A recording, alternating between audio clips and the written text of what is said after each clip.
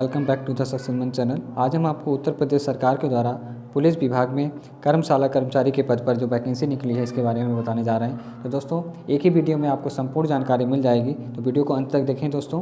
तो ये जो वैकेंसी है उत्तर प्रदेश विभाग में कर्मशाला कर्मचारी के पद पर निकाली है, जिसमें कि अनारक्षित पदों के लिए 51 पद, आर्थिक रूप से कमज़ोर वर्ग के लिए 11 सीटें एवं अन्य पिछड़ा वर्ग के लिए 32 सीटें एवं अनुसूचित जाति और अनुसूचित जनजाति के लिए 24 सीटें और 2 सीटें निकाली हैं। कुल मिलाकर के 120 सीटें निकाली गई हैं दोस्तों।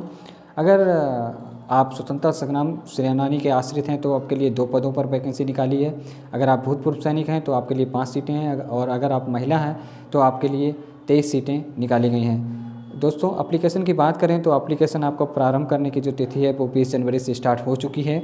एंड अगर आप पंजीकरण के लास्ट डेट की बात करें तो आप 28 फरवरी तक आप इसमें अप्लाई कर सकते हैं एंड फीस सबमिट करने का। एंड आप एप्लीकेशन फॉर्म को फिल करने का लास्ट डेट आपका 28 फरवरी निर्धारित किया गया है। एप्लीकेशन फ़ीस की बात करें तो दोस्तों 400 रुपया फ़ीस रखा गया है, चाहे आप किसी भी श्रेणी से हों। तो आगे चलते हैं दोस्तों। एलिजिबिलिटी की बात करें तो आप भारत के नागरिक होना चाहिए या फिर आप शरणार्थी हैं तो भी आप इसको अप्लाई कर सकते हैं, लेकिन आपके पास सर्टिफिकेट्स होना चाहिए। शैक्षिक अर्हता की बात करें तो दोस्तों आपके पास हाई स्कूल या इंटरमीडिएट होना चाहिए, या फिर आपने ITI किया हुआ हो तो भी आप कर सकते हैं। अगर आपने ITI किया हुआ है electronics, telecommunication, electrical, computer science, information technology, radio एवं television, electric supply and manufacturing, refrigeration, mechanic instrument, mechanic electronics, computer operator एवं प्रोग्रामिंग असिस्टेंट ट्रेड में से अगर आपने ITI किया हुआ है, आपके पास सर्टिफिकेट्स है तो भी आप इसके लिए अप्लाई कर सकते हैं।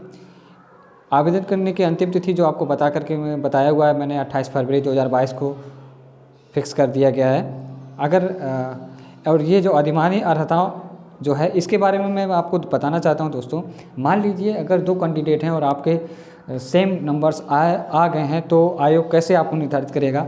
तो इसके लिए आपके पास अगर एक्स्ट्रा कोई आपके पास सर्टिफिकेट्स है, अगर आपने डोएक सोसाइटी से, नीलेट सोसाइटी से आपका O लेवल का कंप्यूटर सर्टिफिकेट है तो आपको पहले वरीयता दी जाएगी। या फिर अगर आप प्रादेशिक सेना में न्यूनतम 2 वर्ष की अवधि की सेवा अगर आपने की है तो आपको वरीयता दी जाएगी। या फिर आपके पास NCC सर्टिफिकेट्स होना चाहिए, बी डिग्री का आपका B ग्रेड का अगर आपका है सर्टिफिकेट्स तो आपको वरीयता दी जाएगी।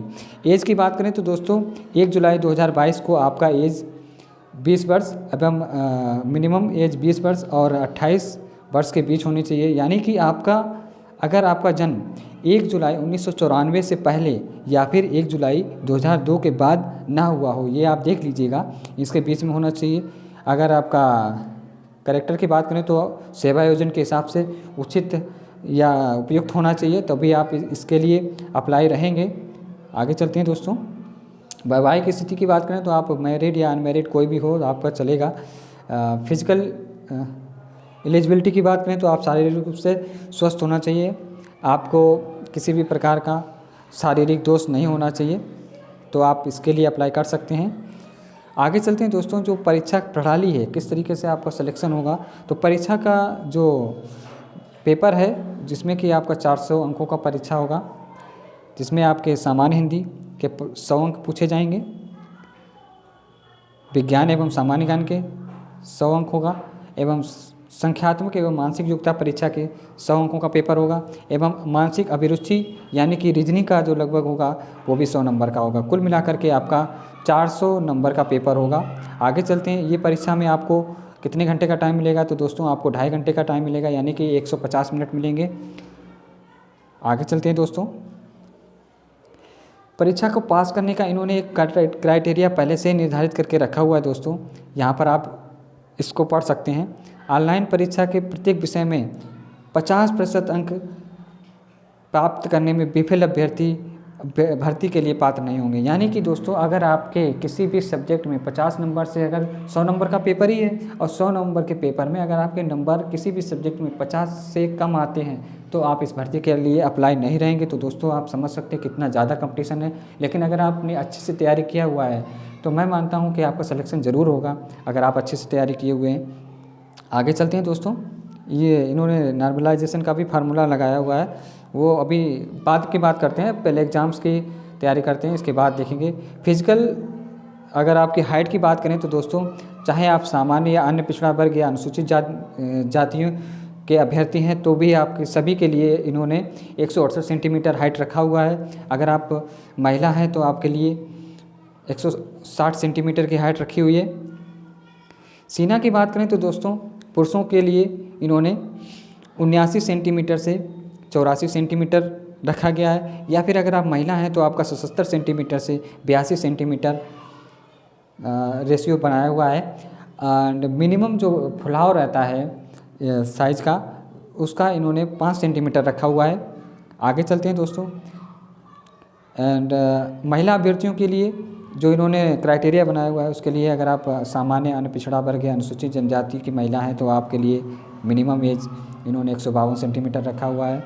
या अगर आप अनुसूचित जनजाति की महिला अभ्यर्थी हैं तो आपके लिए 147 सेंटीमीटर रखा हुआ है। एवं वज़न की बात करें तो दोस्तों, मिनिमम आपका 40 केजी का वज़न आपका होना चाहिए, इससे कम का वज़न नहीं होना चाहिए। अब आगे बात करते हैं दोस्तों शारीरिक दक्षता परीक्षा, यानी कि जब आपका एग्ज़ाम्स हो जाएगा उसके बाद जब आपको शॉर्ट लिस्ट किया जाएगा तो उसके बाद आपका दौड़ भी होगा, जिसमें कि आपको दिया गया है पुरुष अभ्यर्थियों के लिए 4.8 किलोमीटर की दौड़ 28 मिनट में आपको कंप्लीट करना है। और अगर आप महिला अभ्यर्थी हैं तो आपको 2.4 किलोमीटर की दौड़ 16 मिनट में पूरी करनी होगी, तभी आप इसके लिए एलिजिबल रहेंगे। एंड इसमें आगे इन्होंने दे रखा है कि मैं आपको दिखाता हूँ, वे अभ्यर्थी जो विहित समय के भीतर दौड़ पूरी नहीं कर पाते हैं भर्ती के लिए पात्र नहीं होंगे। यानी कि इन्होंने हर एक स्टेप्स में एक कंडीशन लगा करके रखा है कि अगर आप इसमें फेल हो गए तो आप आगे क्वालिफाई नहीं कर पाएंगे। तो दोस्तों हर एक स्टेप्स को आपको क्वालिफाई करते ही जाना है। यानी कि अगर आपको पहले रिटन टेस्ट क्वालिफाई करना है, उसमें भी आपको 50% से कम नंबर नहीं आना चाहिए, यानी कि 50 किसी भी सब्जेक्ट में 50 नंबर से आपका कम नंबर नहीं आना चाहिए। एंड आपके उसके बाद आपको फिजिकल की बात करें, दौड़ की बात करें तो दौड़ के लिए भी इन्होंने करके रखा है कि 4.8 किलोमीटर की दौड़ आपको 28 मिनट में करना है। और अगर आप महिला अभ्यर्थी हैं तो 2.4 किलोमीटर की दौड़ 16 मिनट में क्वालिफाई करना है। आगे चलते हैं दोस्तों। चिकित्सा परीक्षण की बात करें तो मैं आपको बता दे रहा हूँ कि आपके पास कोई भी मतलब शारीरिक रूप से नहीं होना चाहिए तो भी आप इस भर्ती के लिए अप्लाई कर सकते हैं। चरित्र आपका जो है, जो भी सरकारी रूल्स होते हैं उनके अनुसार आपका जो चरित्र है वो उपयुक्त होना चाहिए उनके हिसाब से। आयु सीमा में छूट की बात करें तो दोस्तों, जो भी रिलैक्सेशन सरकार के द्वारा अलग अलग कैटेगरी वाइज जिनको भी मिलता है, जैसे कि इसमें देख लीजिए, अगर आप अनुसूचित जाति के हैं तो आपको 5 वर्ष का रिलैक्सेशन छूट मिलेगा। इसके लिए आपको जाति प्रमाण पत्र बनवाना होगा। आप ये देखिए, इन लोगों से, इन अधिकारियों के द्वारा आप अपना सर्टिफिकेट्स बनवा सकते हैं। ये अगर आपके पास नहीं है तो आप इस PDF में जब लास्ट में जाएंगे तो आपको प्रारूप मिलेगा, वो मैं आपको दिखा दूंगा। अगर आप अनुसूचित जनजाति के लिए हैं तो उनके लिए भी नीचे प्रारूप दिया गया। अन्य पिछड़ा वर्ग के हैं तो भी आपके लिए कैटेगरीज सर्टिफिकेट्स आप किन अधिकारियों से बनवा सकते हैं, इसके लिए सब दिया रखा है। आगे चलते हैं दोस्तों। अगर आप ये देखिए, स्वतंत्रता संग्राम सेनानी, उनके लिए भी आश्रित प्रमाण पत्र जिलाधिकारी के द्वारा होना चाहिए। अगर आप भूतपूर्व सैनिक हैं तो आपका यूनिट इंचार्ज एवं जिला सैनिक कल्याण एवं पुनर्वास अधिकारी के द्वारा आपका सर्टिफिकेट्स इशू होना चाहिए। या फिर अगर आप महिला हैं तो उत्तर आवेदन पत्र जमा करने से पूर्व की तिथि तथा उत्तर प्रदेश का मूल निवास प्रमाण पत्र आपके पास होना चाहिए। आगे चलते हैं दोस्तों।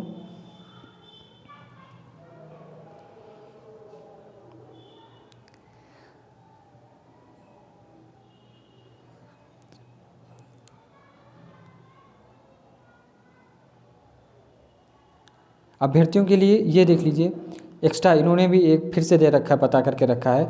आवेदन करते समय अभ्यर्थी के पास ये अभिलेख अनिवार्य होना चाहिए। यानी कि जब आप अप्लाई करते हैं तो दोस्तों ये सारे सर्टिफिकेट्स आपके पास, सारे डॉक्यूमेंट्स आपके पास अनिवार्य होने चाहिए। क्या क्या रखा है कि आपके पास 10th और 12th का सर्टिफिकेट्स या तो होना चाहिए, या फिर आपके पास ये तो होना ही चाहिए, इसके साथ में आपके पास ये एक्स्ट्रा सर्टिफिकेट्स, ये कंप्यूटर का सर्टिफिकेट्स होना चाहिए, या फिर प्रादेशिक सेना में जो आपका सेवा किया हुआ है उसका प्रमाण पत्र होना चाहिए, या फिर NCC का आपका सर्टिफिकेट्स होना चाहिए। एंड अगर आप आयु में छूट की अगर मांग करते हैं तो आपका जो सर्टिफिकेट से ये भी आप पहले से ही इशू करवा करके PDF, ये इस PDF को मैं लिंक में डाल दूंगा। यहाँ से आप जाति प्रमाण पत्र का फॉर्मेट आप डाउनलोड कर सकते हैं। वहाँ से डाउनलोड करने के बाद आप अगर जिस भी कास्ट से बिलोंग करते हैं उसका आप देख लीजिएगा क्राइटेरिया जो मैंने यहाँ पर बताया हुआ है।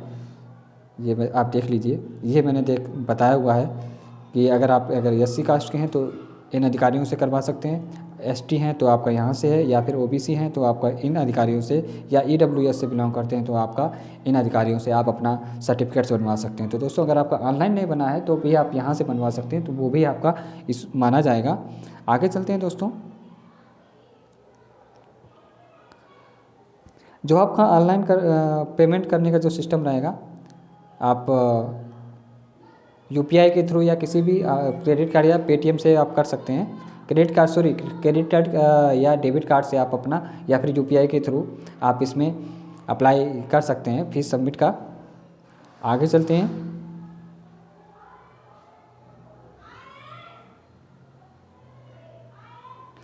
और दोस्तों इन्होंने दे रखा है कि कुछ विज्ञापित भर्तियों पर की जा रही है भर्ती अस्थायी, मतलब कि ये जो वैकेंसी है इन्होंने बता रखा है कि कुछ अगर वो चाहेंगे इन्होंने कि किसी भी भर्ती में किसी भी पद को कम कर सकते हैं या बढ़ा भी सकते हैं, सारा कुछ इसमें ज़्यादा एक्स्ट्रा कुछ नहीं है। आप इसमें ज़्यादा सोचने का बात नहीं, आप इसमें अप्लाई कर दीजिएगा। आगे देखते हैं।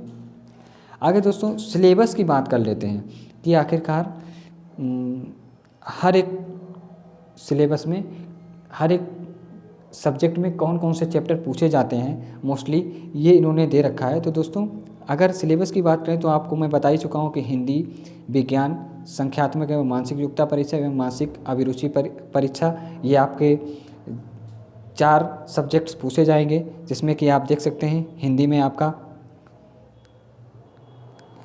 हिंदी व्याकरण, हिंदी वर्णमाला, तत्सम, तद्भव, पर्यायवाची, समारोपी, भिन्नात्मक शब्द, अशुद्ध वाक्यों को शुद्ध करना, यानी कि बहुत सिंपल सब्जेक्ट्स हैं जो कि आप बहुत आसानी से तैयारी कर सकते हैं। विज्ञान की बात करें तो विज्ञान में आप देख सकते हैं दोस्तों द्रव्य प्रकृति एवं व्यवहार, अणु, पर्यावरण, परमाणु की संरचना, गति एवं बल, कार्य, ऊर्जा एवं शक्ति, जो कि आप 10th 12th लेवल का ही अगर आप सिलेबस आप उसको ही पढ़ करके आप इस एग्ज़ाम्स को दे सकते हैं।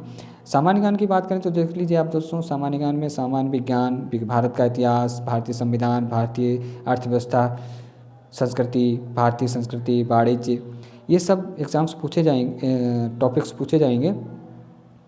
न्यूमेरिकल एबिलिटी की बात करें तो आपको दोस्तों देख सकते हैं, मैं आपको इस PDF का लिंक डिस्क्रिप्शन में डाल दूंगा, यहाँ से भी आप अपना इस PDF को डाउनलोड करके आप पूरा अच्छे से पढ़ सकते हैं। और अगर आपका कास्ट सर्टिफिकेट नहीं बना है तो आप इस PDF को डाउनलोड करके उस जिस कास्ट से आप बिलोंग करते हैं उनके लिए उसमें लिखा रखा है, तो मैं बता दूंगा आपको नीचे, तो आप देख लीजिए। ये देखिए दोस्तों, अगर आप पिछड़ा वर्ग के हैं तो आपके लिए ये जाति प्रमाण पत्र का प्रारूप यहाँ से आप डाउनलोड कर लीजिए, प्रारूप 1। एंड अगर आप अनुसूचित जाति या अनुसूचित जनजाति से बिलोंग करते हैं तो ये आपके लिए दूसरा प्रारूप है। आगे चलते हैं दोस्तों। अगर आप सेना के आश्रित रूप से स्वतंत्रता संग्राम के सेनानी के आश्रित हैं तो आप के लिए ये प्रमाण पत्र प्रारूप 3 आप डाउनलोड कर सकते हैं। ठीक है दोस्तों। और अगर आप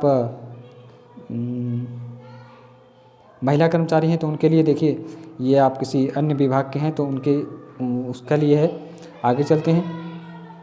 AWS के लिए इन्होंने देखिए ये दे रखा है प्रारूप। तो दोस्तों वीडियो कैसी लगी है लिंक में ज़रूर बता दीजिएगा, कमेंट बॉक्स में ज़रूर बता दीजिए दोस्तों, और वीडियो को लाइक ज़रूर कर लीजिएगा। तो आगे thanks for watching my video.